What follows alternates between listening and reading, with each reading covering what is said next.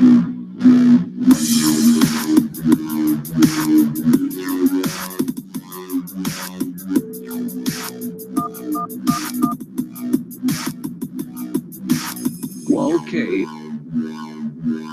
Okay.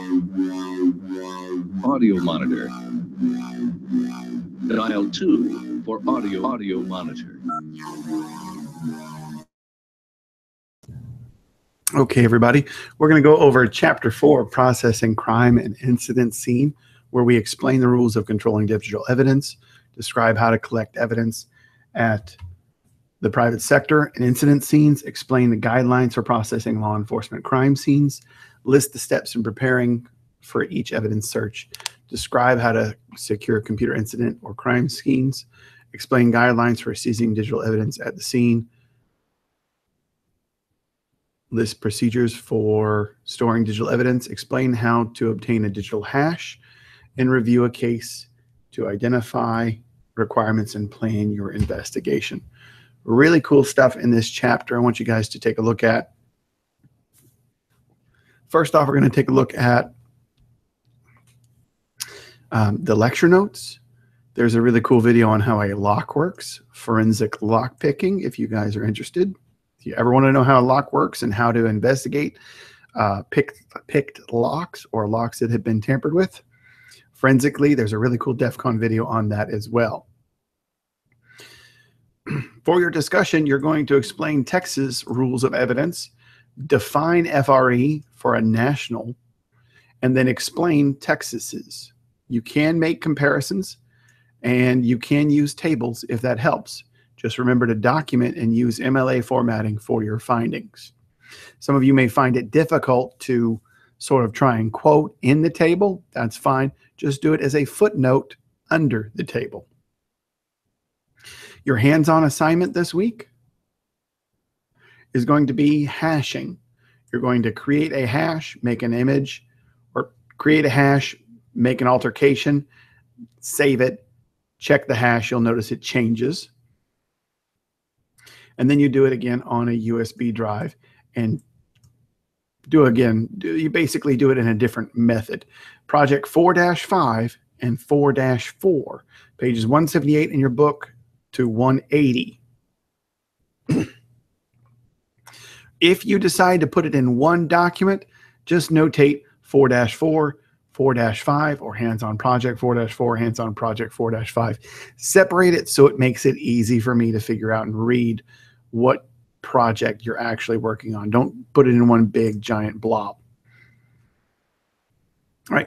After that, don't forget we've got our review questions. You must make a 70 on or better. Then you move on to Chapter 4 quiz, and that's a one-shot, one-go. The chapter review questions, you always get more than one attempt with that.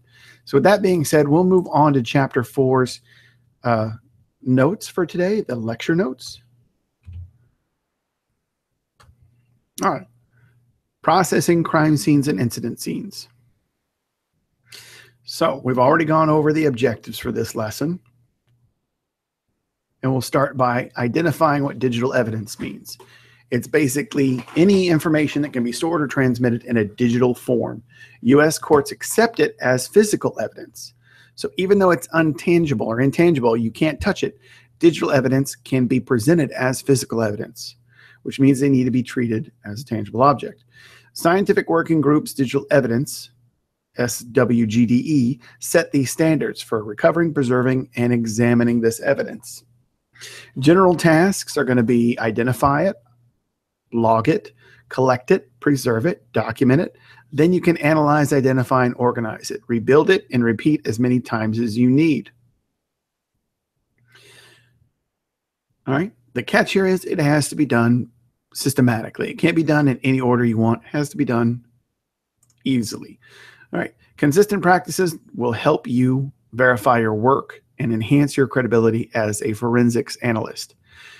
Your state is different. Your state's rule of evidence is different per every state. California is different from Colorado, is different from Texas, different from New York and Illinois, and so on. The federal rules of evidence, however, is universal because it's a federal law. It's different than a state law. Evidence submitted in a criminal court or civil court, and vice versa. What you want to do if you're planning on moving into a forensics career, or even if you're not, it's a good idea to keep current on the latest rules and directives concerning collecting, processing, storing, and admitting digital evidence. The digital data you discover from forensics examination falls under your state's rules of evidence or the federal rules of evidence. But for your discussion, you're going to look at both and make a quick comparison. All right. Digital evidence is different than physical evidence. If you have a handgun used in a murder, that physically will stay that handgun for the duration of it until you physically change it. Digital evidence is much different, however, because the original data can change with each duplication. It can change based off those hash files. And you'll see that evident when you do your labs this week. All right, so federal courts have interpreted computer records as hearsay. Hearsay is secondhand or indirect evidence. You always heard overruled, that's hearsay. So-and-so heard so-and-so. My cousin's brother said. That's not the same as your brother being there saying, he said, I saw him say, I saw him do. Business record exceptions is where records of regularly conducted activities, such as memos, reports, or data or compilations are allowed in that court. Generally, digital records are considered admissible, but they have to qualify as a business record. They're divided into computer-generated records, computer-stored records. Computer and digital stored records must be shown to be authentic and trustworthy for them to be admitted into evidence. Computer-generated records are considered authentic if the program that created the output is functioning correctly, meaning they can be replicated more than once. If it is, then it could be considered hearsay. If it does adhere to this rule, it's an exception to that hearsay. All right. Collecting evidence according to the proper states helps ensure that your evidence is authentic. When attorneys challenge this, they're going to raise the issue whether it was altered or damaged. Your hash values is your best friend, and pretty much the only way to ensure that it has not been altered or damaged or changed in a method that is unsatisfactory to the courts. All right, so the author of Microsoft Word document can be identified using the file's metadata. Technically yes, and technically no, because the file's metadata can be changed. So you have to be very careful with what files you're working on. 141 shows how to identify file metadata. All right, what we call the best evidence rule is to prove the content of a written document, recording, or photograph, or ordinary original writing or photograph is required. Federal rules of evidence allow a duplicate instead of originals when it's produced by the same impression as the original. This means as long as bitstream copies are created and maintained properly, they can be admitted in a court. Not being able to use original evidence is when a large corporation, say Amazon, has network servers. They're not going to let you take those servers away from their server farm. You're going to have to make copies of them. The bitstream copy is your best bet.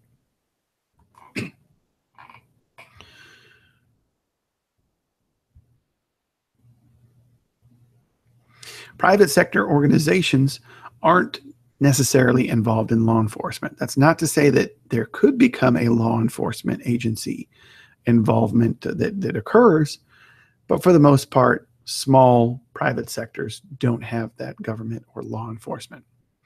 Non-government organizations must comply with state public disclosure and the Federal Information Act, or the FOIA laws.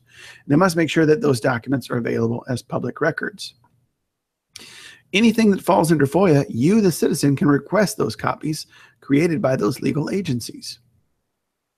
Whether or not they hand them over could be different. Because of the U.S. Patriot Act, a lot of things you could find could be blacklisted. If you wanted to, say, find out who shot JFK, a lot of that stuff would be blacked out, because even though it's old enough to fall under FOIA, U.S. Patriot Act would block some of that, or other rules and laws can block some of that information, is in the interest of national security. Special category of private sector businesses include internet service providers and other communication companies. Internet service providers can investigate abuse committed by their employees, but not by their customers, except for the activities that are deemed to create an emergency situation. Now, we've seen that change quite drastically with the new net neutrality laws. So it's important to keep an eye on what's changing around you. Investigating and controlling computer incident scenes within the corporate environment. It's much easier than the criminal environment because you don't have all those FREs and state rules of to contend with. The incident scene is often a workplace, and it's typically a business that has some sort of hardware or software problem or violation of some standard. Corporate policy statements about misuse of digital statements. There's always, in most corporate environments, including TSTC, a message that pops when you first sign in. It just take a minute next time you're at the campus and read that message. Or if you're at your own company, read that message before you sign on. It basically says that that company has the legal right to look at everything on that machine without a warrant. Your warning banner says that they can do this. Every organization must have a well-defined process when describing this investigation and when it can be initiated. Many companies have it hidden around, and you might have to ask for it if you are so inclined. If an corporate investigator finds an employee is committing or has committed a crime, they can then file that complaint with the police. If they're interested in enforcing company policy, they typically just go straight to a firing unless it's some major crime, embezzlement, or large amounts of theft, grand theft or something like that, grand larceny. Because they are, as it says, primarily concerned with protecting company assets. So if you discover a crime during a company investigation, you need to figure out what laws it meets. Inform management of the investigation and stop and make sure you don't violate Fourth Amendment restrictions on obtaining evidence. Even though you're allowed to, you now move on to the criminal laws, and you need to make sure you adhere to that federal rules or state rules. Your corporate attorney should help you figure out how to respond to police requests. You must familiarize yourself with criminal rules of search and seizure. Your Fourth Amendment rights can protect you to a point. The law enforcement officer may search and seize criminal evidence only with probable cause. But if you, the investigator, or you, the employee, have already found or have been found out as having some sort of criminal action going on, that's probable cause.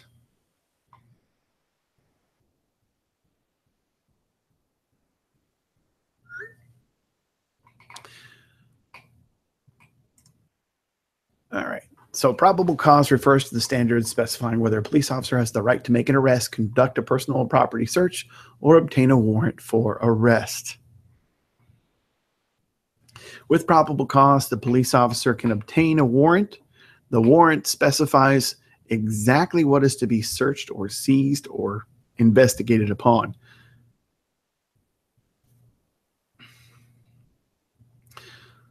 So, innocent information is unrelated information. It's often included with the evidence you're trying to recover. Your kids' pictures, for example, would be considered that innocent information. Judges will often limit this warrant to an effect there.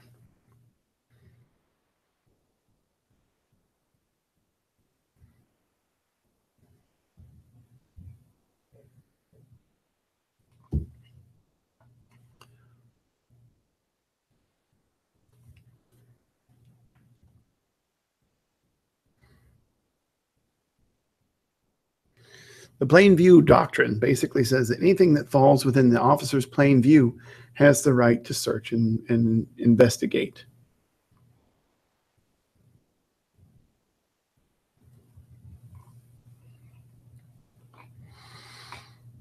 So must not be enhanced by technology in any way. X-ray vision doesn't count. Metal detectors don't count. Has to be within plain sight.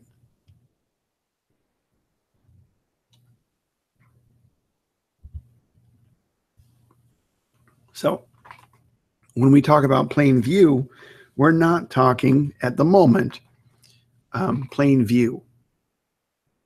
Files that can be left open on the computer could be disputed in court. So it's typically and kind of back and forth, being rejected, being accepted.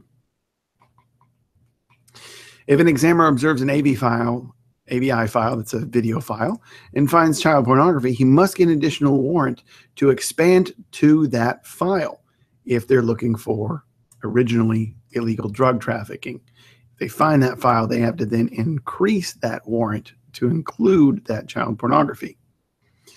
So to prepare a computer for search and seizure, the most important thing you can do is get answers from the victim and an informant, then inform the manager, coworker, law enforcement, or personal interest to the investigation.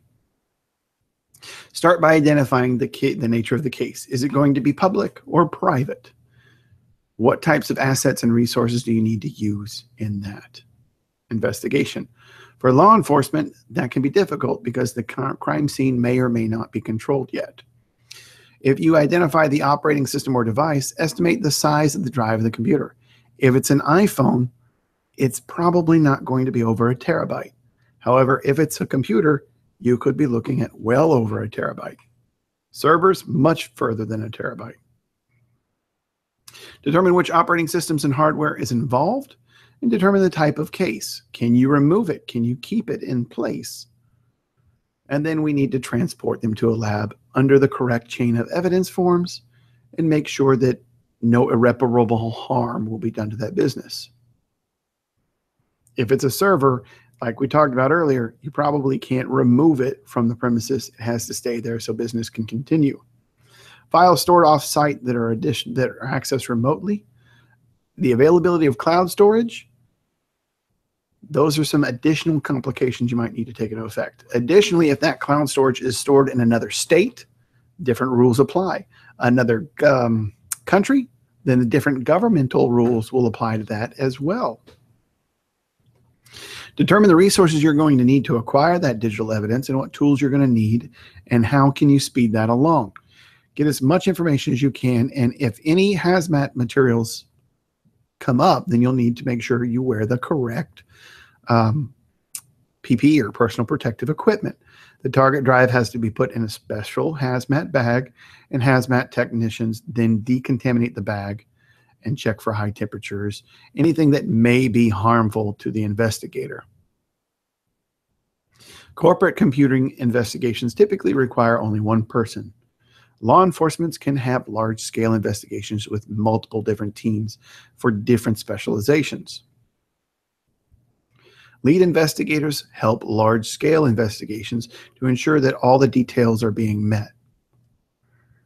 So, additional technical expertise is figuring out whether you need specialized help. You may need to look for specialists in operating systems, databases, RAID servers, SQL servers, Linux LAMP servers, DHCP servers. Finding the right person can be a challenge, and it's always great to educate those specialists in investigative techniques to prevent evidence damage. So let's start with creating a light and easy to transport toolkit, and then we'll look at an expensive or extensive kit as well.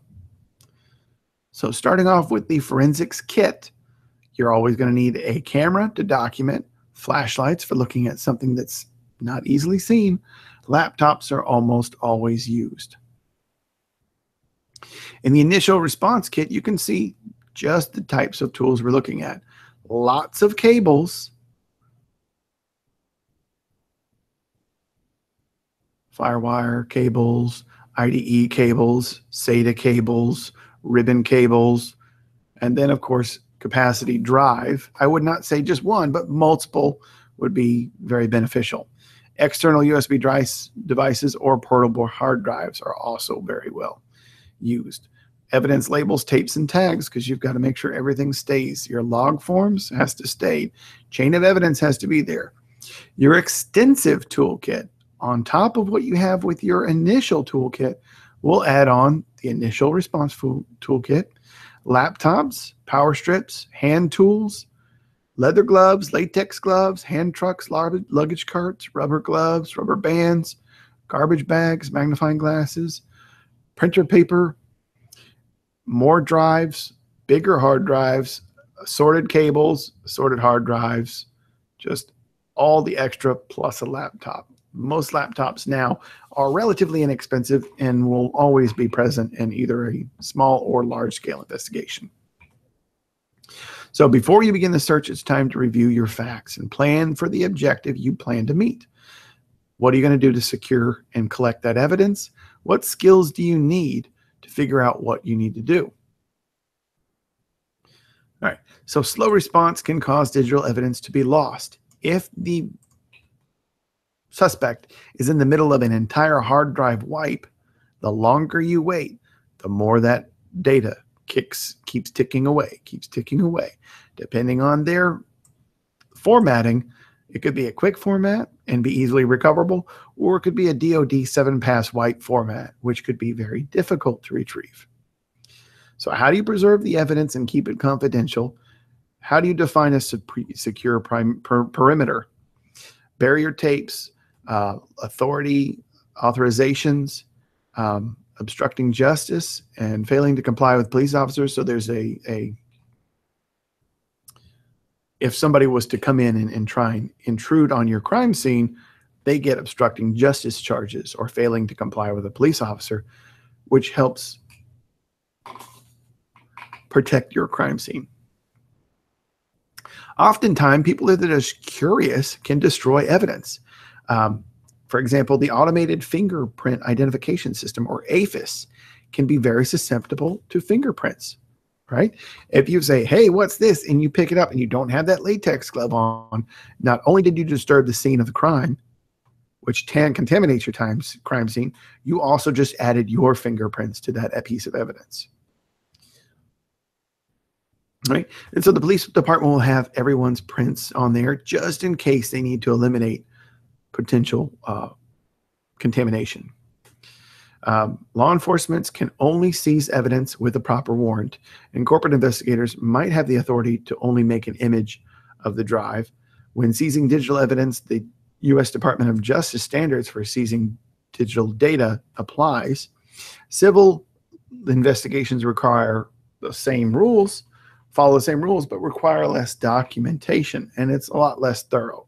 Check with your company attorney for extra guidelines, or just review the policy handbooks. So if the alleged crime or violation occurred, you have to review that in accordance to the nature of the case. Do you need to take the entire computer, peripherals, and media in the immediate area? How are you going to protect them? Is your computer powered on when it arrived or when you arrive? What is the senior forensics examiner or your supervisor giving you as additional information on how you can investigate the area and look for damaged, destroyed peripherals and media? And of course, will you have to separate the suspect from the computer? And not just separating the suspect, but the suspect's friends. In a physical crime scene where, let's say, a drug dealer sells drugs to an individual, an undercover cop, that drug dealer just distributed drugs for the purpose of solicitation and selling. They physically had that drug on them. If they have more than X amount of that drug, a different charge is applied. A higher degree of a felony is applied. If they throw it away when the officer is not looking, it's not on them, then it's not there. All right. Now, when we talk about damage, let's say, for example, they flush it down the toilet. It's damaged or lost. In the digital world, there is no one around to flush it down the toilet, right? If, for example, we go back to that same scenario where the drug dealer has a friend who takes the drugs from him and runs away and gets away, Think about that in a digital effect. You're a digital forensics examiner who takes the suspect away from the computer, and his friend on the other end of the line knows that, hey, if Tom hasn't responded to me in 5 minutes, I know to start wiping his data. Oh my God, Tom just found out that he's got the police kicking down his door. I better remotely delete his data. I better remotely pull the data off and delete it, or change it, or do something to help my friend Tom. So it's not just separating the suspect, but any network intrusion that could occur on that machine. So guidelines to keep in mind is a journal, securing your scene, remove people who are not part of the investigation, including digital people. Take video and still recordings of the area around it. That's why that camera's there. Sketch the incident or crime scene. Check the state of the computers as soon as possible. Don't cut electrical power unless it's an older Windows 9X or MS-DOS system, which is a weird thing to say because I don't think you're going to see that very often.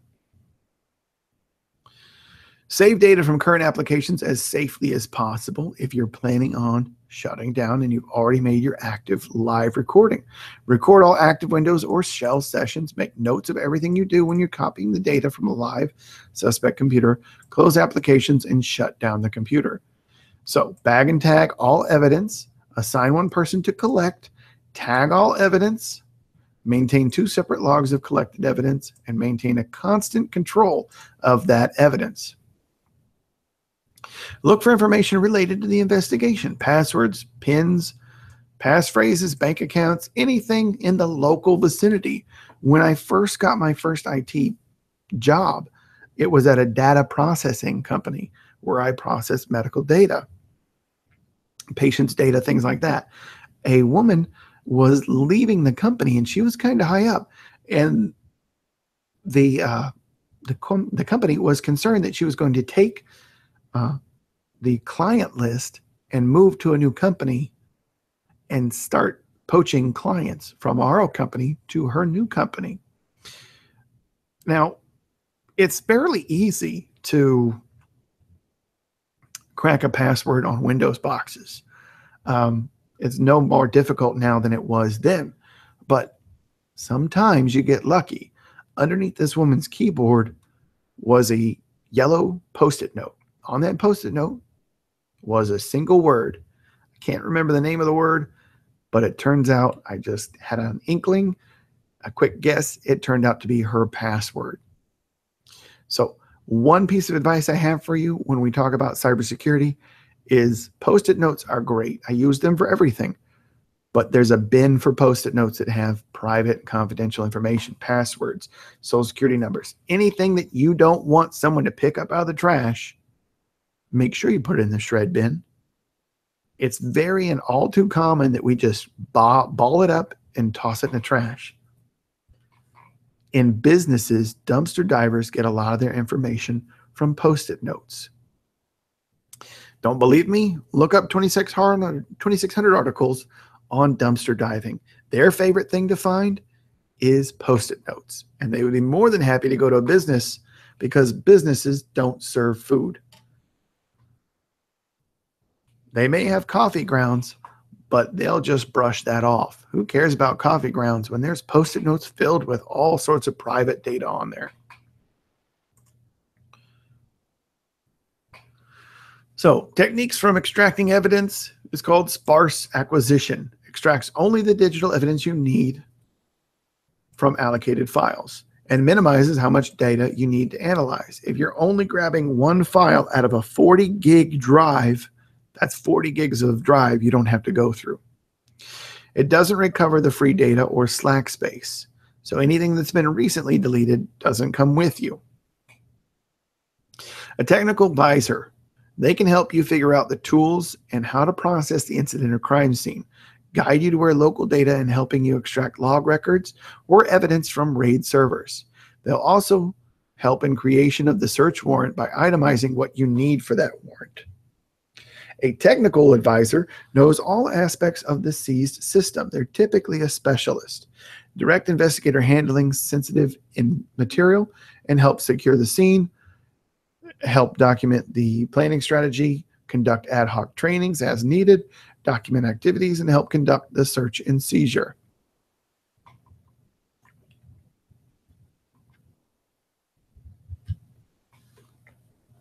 When you're in the lab, you'll notice it's practically similar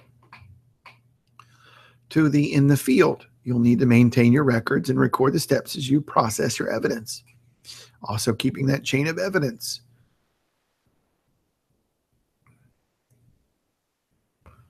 All right, maintaining that integrity like you would when you did it in the field. Copy all your files to a large drive, run your tools, run your MD5 SHA-1 hashing algorithm on the image files to get a digital hash, and secure it in an evidence locker. So, what type of evidence are you going to need? How long are you going to need it? How will you store it? CDs, DVDs, DVD-Rs, DVD-RWs, they say has a capacity up to 17 gigs. And it's really if it's double-sided. Most DVDs are about 4.7 gigs. CDs are 750 megs with a 50 meg overburn. Most of them are 70 megs. DVDs Rs and DVD-RWs are different. Rewrites, reads are those two. Now, they say the lifespan is 2 to 5 years. I've had it last much longer if you take care of it. Magnetic tapes can go to 40 to 72 gigs. Their lifespan is 30 years, and their average cost is $40. So an entire, let's say the last time I bought 10 discs, it ran around $4.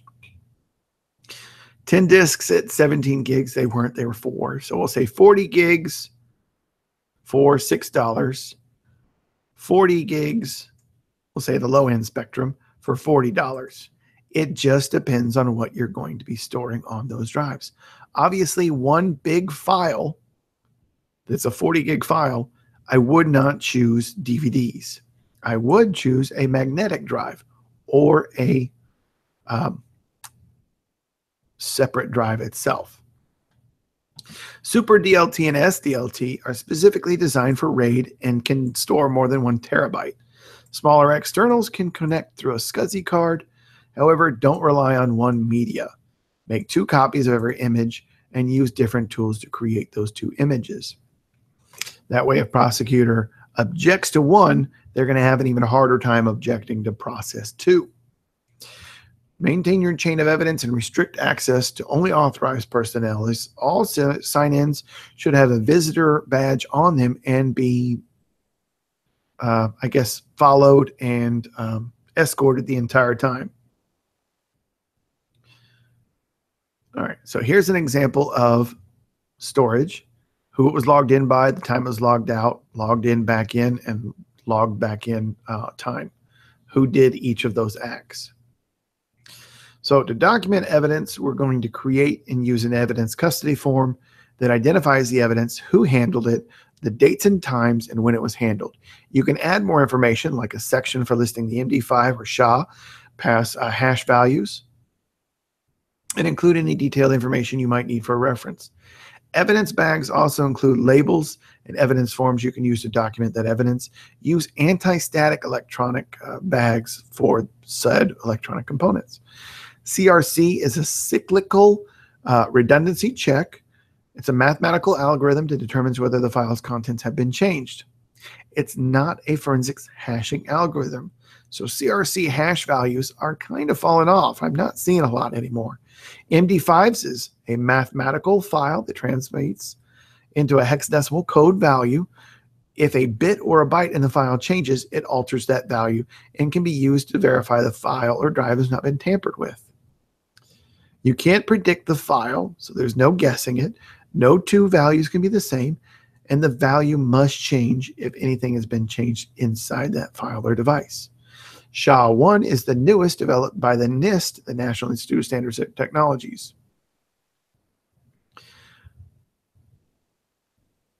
A unique hash number is generated by a software tool such as MD5Sum from Linux. And the encryption secret key is set in place as well. In FTK Imager, you can use the MD5 on an entire drive. And here we see the MD5 hash, the SHA-1 hash for the E drive and how many sectors it lives So, when reviewing a case, identify the requirements, plan your investigation, conduct it, complete the report, and critique it. When it comes to civil investigations, they're considered low-level investigations or non-criminal. Recovering common practices is recovering an Outlook PST file and covert surveillance, which is like video monitoring, not just CCTV, but on the actual machine itself. Sniffing tools for data transmission. So you can start monitoring ports and IP addresses to find suspicious packets or things that shouldn't be going over the network.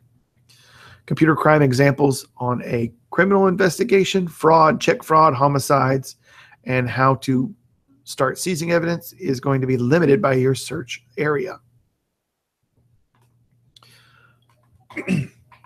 For example, a neighboring apartment is seen in this area.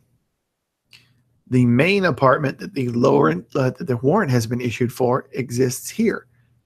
And you can see it looks like somebody's really going to town. They got 3 monitors, a big server, some disks out, some more monitors, some more computers. But follow this little wire back behind the chair and it connects to another room. The warrant was only for room A, not room B, so nothing in room B can be touched at all. If anything is collected outside of that warrant, it is no longer admissible in a court.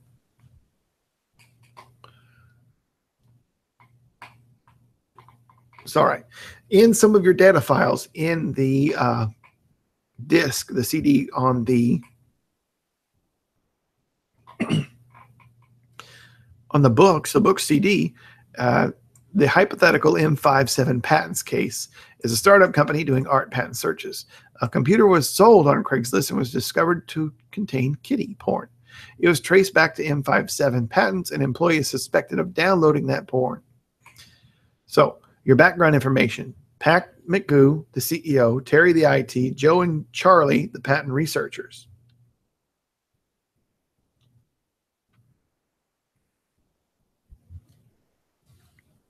The police show up, image the computer sold on Craigslist, and gain the warrant for searching the 5 machines found at M57 and 4 USB drives found at M57.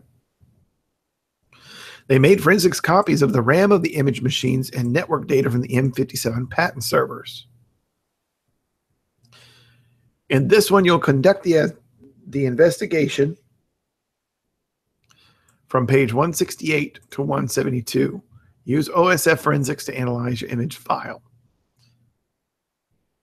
Digital evidence is anything stored or transmitted on electronic or optical media.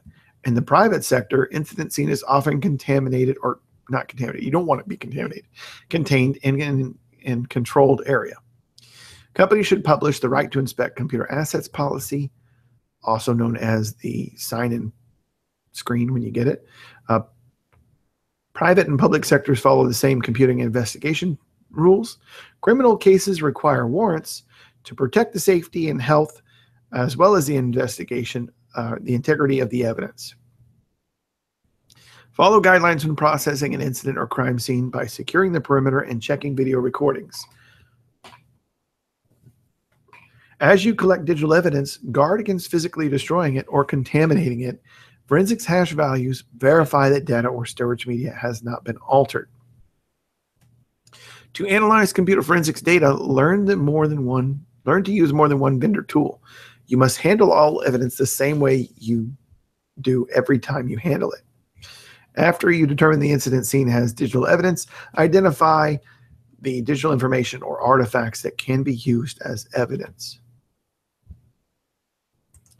All right, and that is it for week 4 lecture. We will see you again next week.